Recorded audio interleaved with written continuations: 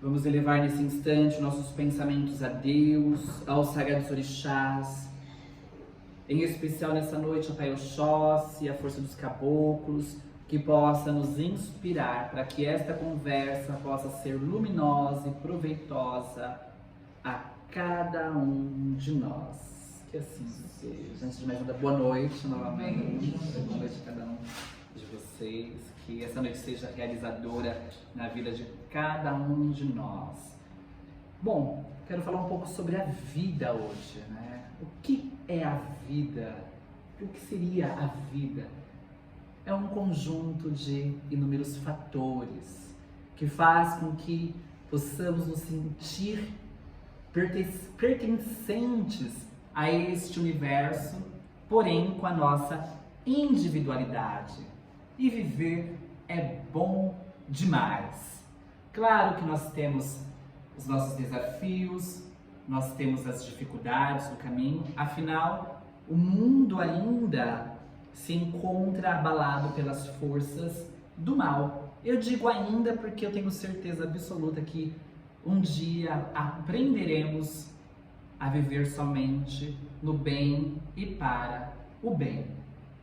Bom, quando é que surge a vida?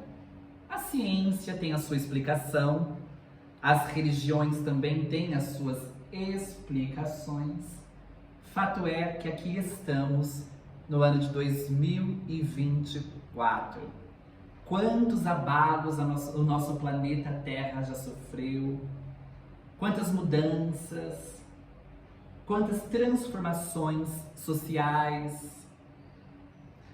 E aqui estamos mais uma noite, num terreiro de Umbanda, falando sobre a vida. E a Umbanda, ela é maravilhosa nesse sentido, porque ela pulsa vida, ela vibra a vida e nos impulsiona a continuar a caminhada. Muitos imaginam e pensam que a Umbanda surgiu para solucionar todos os nossos problemas, né? E a gente tem essa ideia, que os guias espirituais têm uma varinha mágica que vai solucionar todos os nossos problemas. Quem dera fosse assim, eu gostaria. Mas tem problemas que nós criamos com as nossas próprias mãos. Ah, mas eu fui tão bonzinho nessa vida. Quem aqui se encontra nesta casa, pelo menos acredita na lei da reencarnação. E este mundo, ele é milenar. Também o somos. Também somos milenares diante deste planetinha. Fora outros planetas que existem por aí. Não sei vocês, mas eu acredito em extraterrestres, né? Eu acredito em vida em outros planetas. E muitos de nós também viemos de outros planetas e aqui estamos. E olha que teve gente ainda que não aprendeu nem de outro planeta, viu? Está aqui e continua errando. Mas enfim, estamos aqui muitas vezes para resgatar débitos de um passado longínquo. E vou dizer uma coisa para vocês, o universo, ele é misericordioso. A gente não paga tudo de uma vez. Então, lá numa reencarnação muito longe, que o nosso próprio espírito muitas vezes não consegue lembrar, nós matamos inúmeras pessoas. Fizemos pessoas sofrerem, acabamos com famílias. E é algo assim bizarro, porque se numa coisa nós seres humanos temos, é a criatividade, e não só para o bem, mas para o mal. E a gente observa isso não muito longe. Na Segunda Guerra Mundial, a gente viu que os nossos irmãos, né, ali em desequilíbrio, fizeram com os judeus. Eram assim, crueldades que a gente não consegue nem conceber. A história nos mostra uma enfermeira alemã que amarrava as pernas das judias grávidas na hora do parto. Isso é fato. Para ver o quanto elas aguentavam aquele sofrimento.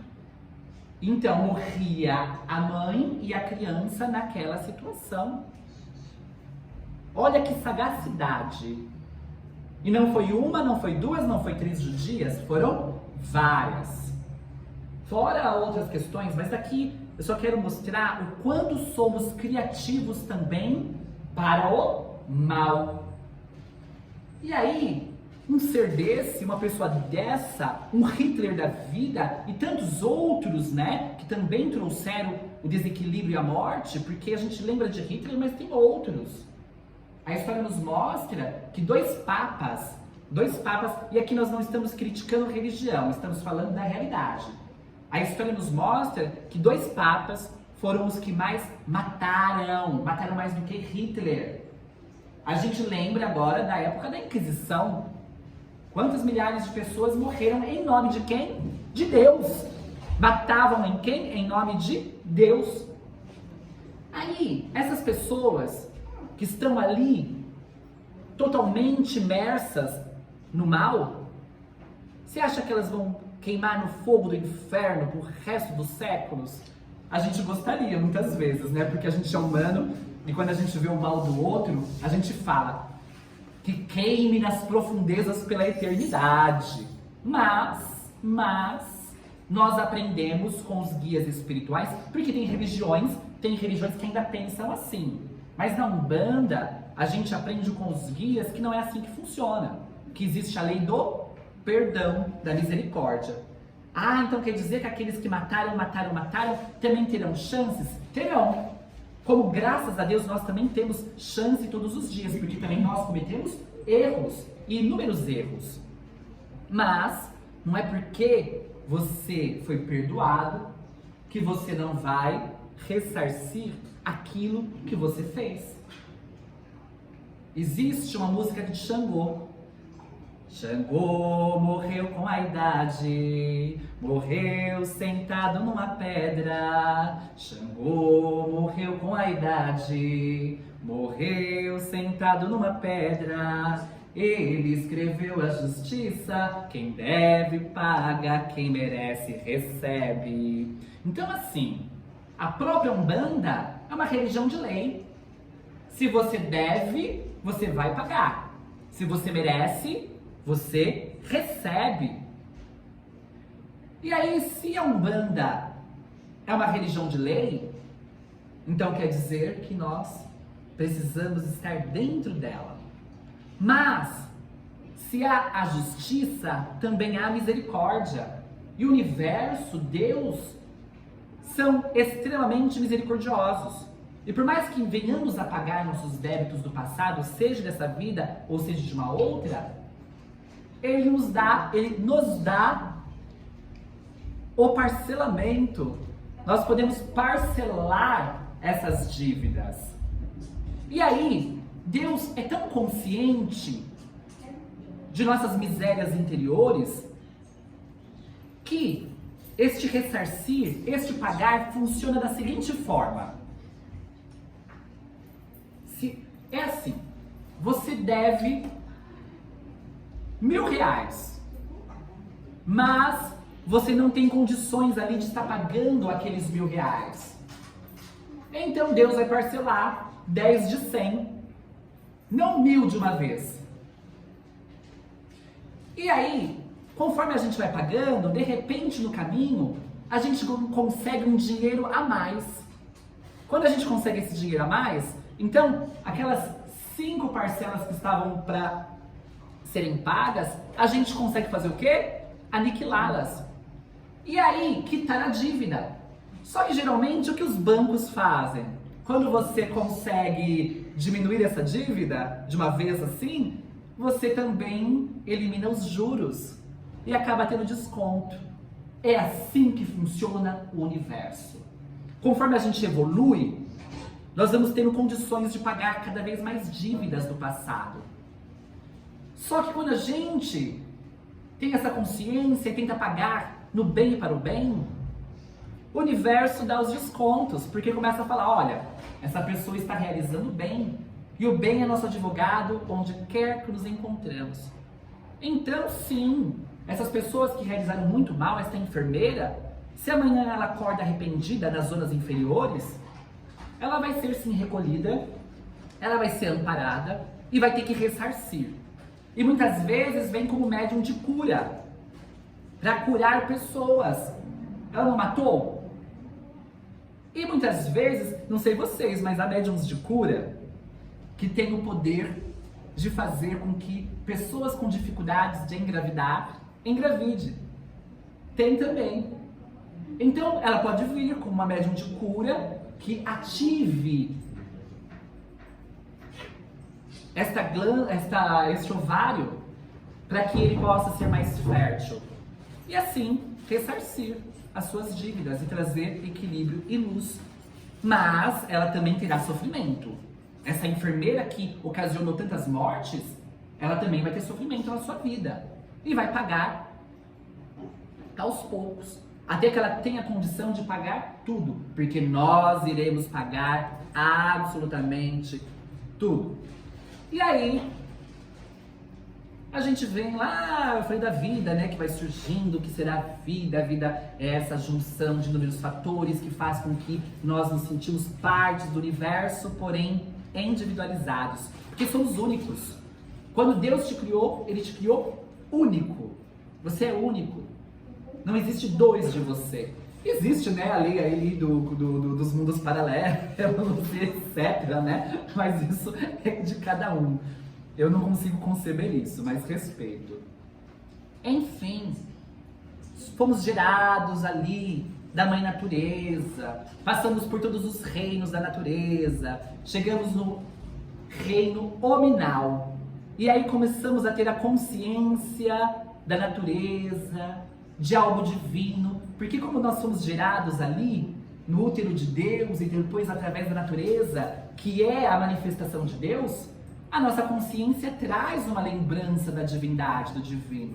E os homens da caverna ali já começam a cultuar Deus através da natureza. Então começam a criar mitos, lendas através da natureza para explicar o divino. E aí vai se criando a racionalidade, que eu não sei se foi uma boa. Claro que é, né? Mas o homem consegue deturpar tudo que é divino. Então, antigamente nós tínhamos as religiões naturais, porque o primeiro surgimento de ligação com Deus é da magia. É da magia. O que é magia? Transformar algo. Manipulação de energias. E aí, quando aqueles seres ali, humanos, nos seus primórdios ali, começam a perceber que a natureza, ela tem uma energia espiritual e também não só física, eles começam ali a ser inspirados pelos sagrados orixás, pelas forças sagradas, para manipularem aquelas energias da natureza em benefício de si. E foi assim durante muitos séculos. E aí começa a lembrar dos deuses, né? O deus Sol, o deus Lua, deus do trovão, até que vem a ideia do Deus único. E sim, existe um único Deus, porque senão não existiria uma unificação universal. Seria algo em desalinho.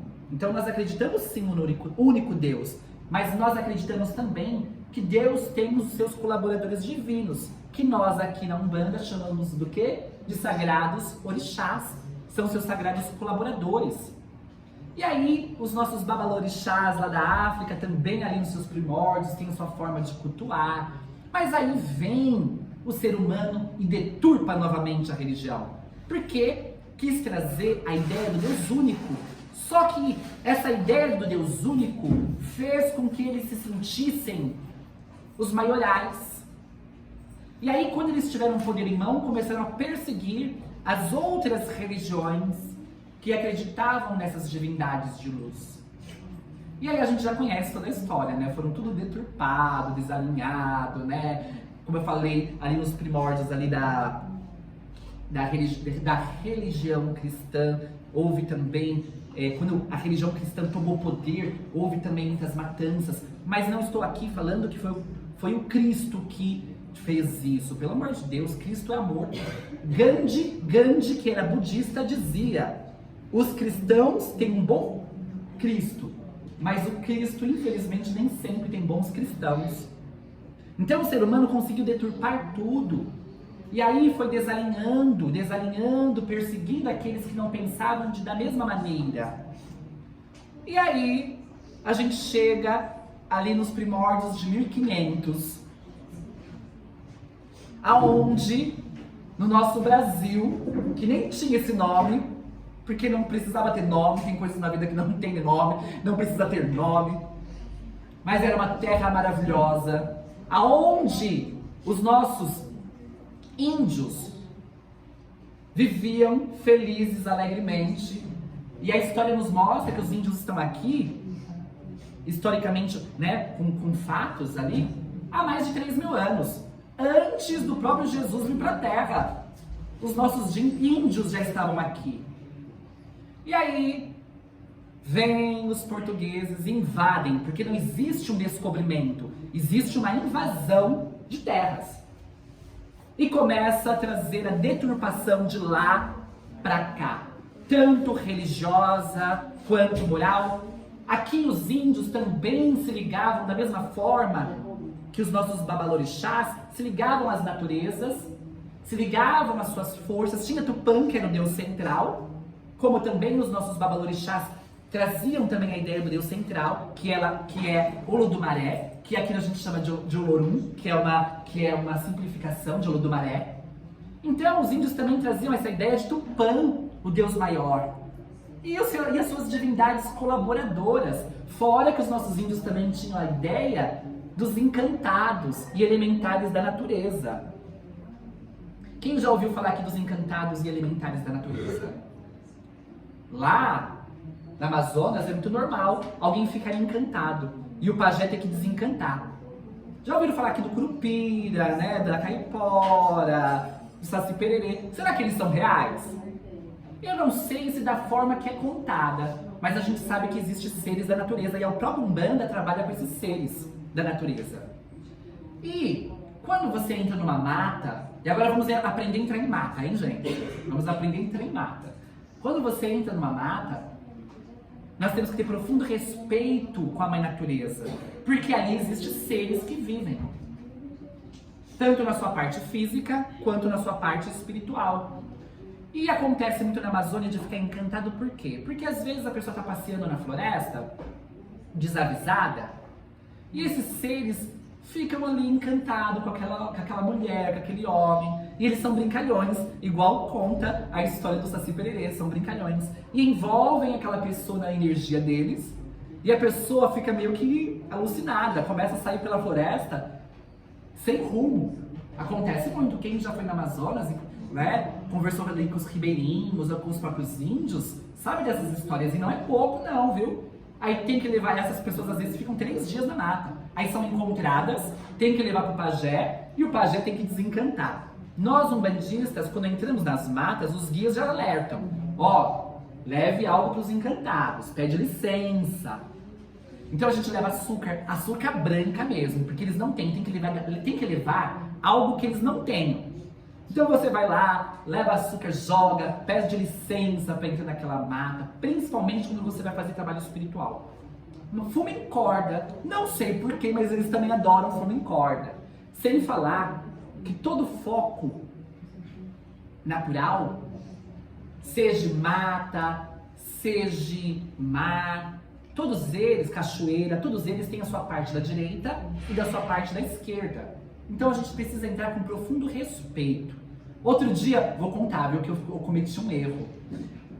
Todo mundo conhece a Cristiane aqui, o marido dela é o Elton. E o Elton, ele é médium, trabalhador da casa, e ele é todo cheio da vergonha. Tanto é que ele não trabalha aqui em trabalhos abertos. Nós temos outros trabalhos, ele trabalha em trabalho fechado. É a condição dele, o importante é trabalhar. E o Elton, ele não é um médium que é sensível, sabe, a qualquer energia. Ele é mais glutão. E aí eu precisei fazer um trabalho na natureza, ele foi me levar, e aquele dia eu esqueci açúcar. E foi um lugar que eu estou habituada a ir. Então os encantados lá, quando eu chego, acho que eles já abrem os olhinhos assim, né, porque eu sempre levo açúcar. E naquele dia não levei. Resumo, o Elton começou a rolar no chão, meio estranho. O que aconteceu, Elton? Nada. Chegou aqui estranho. até que não conseguiu ficar mais naquela condição e reclamou, porque ele não é de reclamar. Na hora deu estalo, os encantados. Foi pegar açúcar, jogar em volta dele, pedir desculpa, né? E para que aquelas forças desmentassem dele, que ele voltou na hora. Pois a crise acabou de chegar, pergunte para ela essa história. Agora, quando a gente vai para a natureza, o Elton leva um pacote de açúcar para que não ocorra mais. Gente, silêncio aí dentro. Desculpa, gente, começou um borbulhinho aqui. Enfim, precisamos ter respeito porque essas forças, elas existem. Mas os invasores deste solo, que é o Brasil, chegaram aqui sem nenhum respeito, seja pelo nosso solo sagrado, seja pelos seus nativos, e começaram a deturpar tanto a sua forma de crer em Deus, quanto a sua vida. Aqui no Brasil não tinha doenças, todo mundo vivia pleno da paz. Ah, mas eles eram selvagens. Será que eles eram selvagens ou quem invadiu era selvagem? Porque dentro do mundo indígena não há superior no sentido que a gente entende. Há sim um ancião que ampara toda a tribo, mas uma criança também tem voz. Tanto é que há tribos que quando a criança começa a falar, todo mundo para escutá-la. Há todo um respeito dentro das comunidades indígenas. Há todo um amor, há todo um cuidado com a natureza. Eles estavam aqui há mais de 3.000 anos. Eles já tinham a sua forma de entender Deus e a natureza. As suas ocas, mas pense nas suas ocas, são selvagens. O clima aqui era outro. O clima aqui era outro. As necessidades eram outras. Mas eram extremamente desenvolvidos. Não era selvagens. Selvagens foi quem invadiu, quem deturpou, quem desequilibrou. E os nossos índios sofrem até hoje. Mas voltam, como eu falei que existem inúmeras reencarnações, existe aqueles que vão ter que pagar, né? Mas existe aqueles que já pagaram e que retornam para amparar aqueles que ainda precisam pagar. E aí voltam na figura do caboclo. Lembrando que caboclo para Umbanda não leva, caboclo para Umbanda é índio, né? Não de forma literal, porque de forma literal, caboclo seria a mistura do branco com o índio.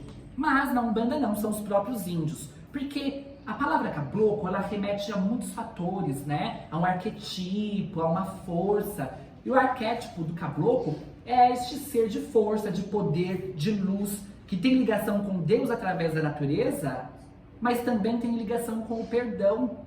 Afinal, eles foram dizimados. Eles foram dizimados. E nós, querendo ou não, somos herdeiros deste povo invasor. Nós somos herdeiros deste povo invasor. E aí, os caboclos chegam na Umbanda para nos amparar, para nos alinhar e para nos despertar para onde? Para a vida. Vida. Vida essa que foi tomada deles. Através da morte ocasionada, através do impulso humano, no sentido de realmente matar, e através da doença. Porque o europeu e também o asiático, devido à sua evolução tecnológica, acabou desalinhando e perturbando toda a natureza. Por quê? Porque deixaram de cultuar uma religião mais natural. Ok, hoje nós temos a consciência do Deus único, dos sagrados orixás. A Umbanda é uma religião, graças a Deus, a Umbanda ela é uma religião natural. Nós voltamos, a Umbanda é o resgate das religiões naturais, aonde a gente acredita num Deus único, mas aonde a gente cultua a natureza. E se você cultua a natureza, você respeita a natureza, você não denigre a natureza. E esses umbandistas que vão para a natureza e deixam lixo lá, pelo amor de Deus, tá errado. Alguma coisa tá errada. Hoje, claro que existem locais próprios, né? O Vale dos Orixás, o Rancho Vista Alegre, e o Cantinho dos Orixás, que você vai lá e realiza e tem gente que limpa. E hoje é proibido também você fazer isso em qualquer lugar. Mas tem pessoas que vão na praia, que não tem uma proibição, e deixa uma porcalhada lá, deixa tudo sujo. Se aquilo é sagrado, como é que você deixa sujo? Aí eu vou explicar uma coisa pra vocês. Porque a gente vai e volta, né? A gente conta história, vai e volta. Mas pra vocês entenderem. Quando você faz um trabalho na natureza, você não precisa deixar tudo lá. Existe uma coisa chamada momento mágico. O que é esse momento mágico? Você faz a oferta, a oferenda, acende as velas. Quando as velas terminarem de queimar, aquele momento mágico acabou. Tudo que precisava ser recolhido, todas as energias que precisavam ser manipuladas, já foram manipuladas, já foram, né, levadas aonde deveriam ser levadas, direcionadas aonde precisavam ser direcionadas. Então você pode pegar tudo e jogar no lixo. Se for algo que vai ser ali biodegradável, né? Se for algo que a própria natureza vai consumir, ok. Agora plástico, até o alguidar de barro, gente, pelo amor de Deus, traga de volta. Você pode utilizar depois no outro trabalho. É só desemmantar. Passa sal grosso, atire aquele sal grosso para limpar ali no alguidar, lava ele e guarda. Dá para utilizar para outros trabalhos. Além de economizar financeiramente, você não vai prejudicar a natureza. Mas enfim, o índio não. Eu lembro quando eu era criança, eu assistia Rá-Tim-Bum, né? Aí eu lembro daqueles índiozinhos, né? Havia uma história, o rapaz falou, deixa eu fazer xixi no rio. Aí os índiozinhos, não, no rio não pode fazer xixi. É a nossa grande fonte. São detalhes. São detalhes. Então quer dizer, quem era mais civilizado diante da natureza? Os índios ou os seus invasores? Quem respeita a vida? E nós estamos falando de vida no início dos trabalhos. E nós estamos acabando com a vida. Em todos os sentidos. No seu sentido mais material, mental e emocional. As pessoas têm eliminado a vida. As indústrias têm eliminado a vida. Nós estamos acabando com a natureza. O nosso bem maior, o nosso sagrado, o nosso divino. E os resultados estão aí. E além disso, nós temos também eliminado a vida mental e emocional através do estresse cotidiano. Nós estamos nos permitindo morrer aos poucos a cada dia. Nunca foi tão grande os casos de suicídio. Eu tenho um amigo policial, estive com ele no domingo, e estávamos conversando sobre, e ele falou que só este ano, ele atendeu 30 casos de suicídio. Atendeu 2 casais que haviam se matado de forma dupla, enforcados. 2 médicos riquíssimos. Ele entrou na casa, uma casa de padrão elevadíssimo, pessoas ricas, com status, porque ser médico é um grande status na sociedade, não é qualquer um que se torna médico, e se matam em conjunto. Será então que riqueza é felicidade? Será que status é felicidade? Não. O que é felicidade? Felicidade é valorizar o que já possuímos. É valorizar a nossa visão. Não falamos da natureza? Eu enxergo. Eu agradeço porque eu consigo ver um pôr do sol. Mas eu não enxergo, eu não tenho visão. Eu agradeço porque eu sinto a brisa do vento em meu rosto. Eu agradeço porque eu respiro. Eu preciso ser grato pelo simples. Os nossos índios são gratos pelo simples. E eles vêm através da linha dos caboclos resgatar isso. Umbanda é isso. Umbanda é despertar espiritual. Umbanda é resgate daquilo que estamos perdendo e que já temos. Que é a natureza divina de Deus que se manifesta através da natureza material. Muitos dos grandes mestres, principalmente os filósofos, eles palestravam em meio da natureza. O próprio Mestre Jesus e tantos outros. Para quê? E por quê? Primeiro porque a natureza ela é um trono natural de Deus. São vórtices de luz que ali se encontram, onde a gente consegue se conectar plenamente com Deus. E 2, porque elas nos sensibilizam. Quem não fica sensível diante de uma cachoeira? Quem não fica sensível diante do mar? Quem não fica sensível diante das matas? Quem já foi para Amazonas, nunca fui e pretendo ir. Quem já foi para Amazonas diz que é algo descomunal. Que a gente se sente pequenino diante daquelas árvores gigantescas. Então, vamos resgatar a vida que é em nós. Nós estamos perdendo o sentido, nós estamos perdendo a vontade de viver, porque nos desligamos da própria natureza, daquilo que já é divino e que deixamos de olhar.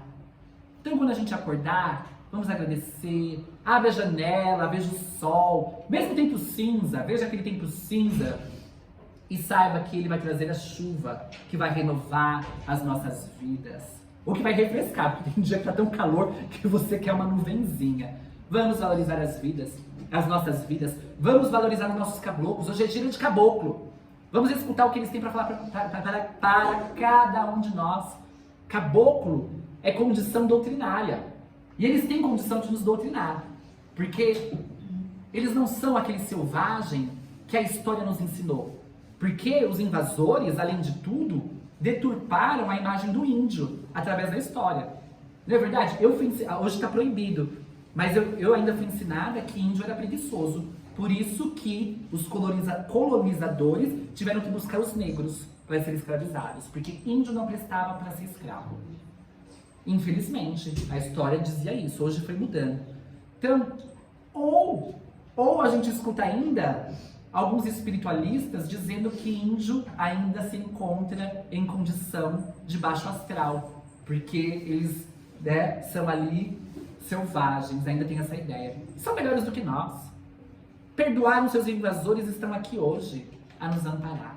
Então vamos aproveitar tudo isso, vamos aproveitar toda essa energia de luz para que a força poderosa dos caboclos nos liberte, que a força de Oxóssi expanda a nossa mente, nos desperte para a verdadeira vida, para que a gente valorize o simples. Que oração?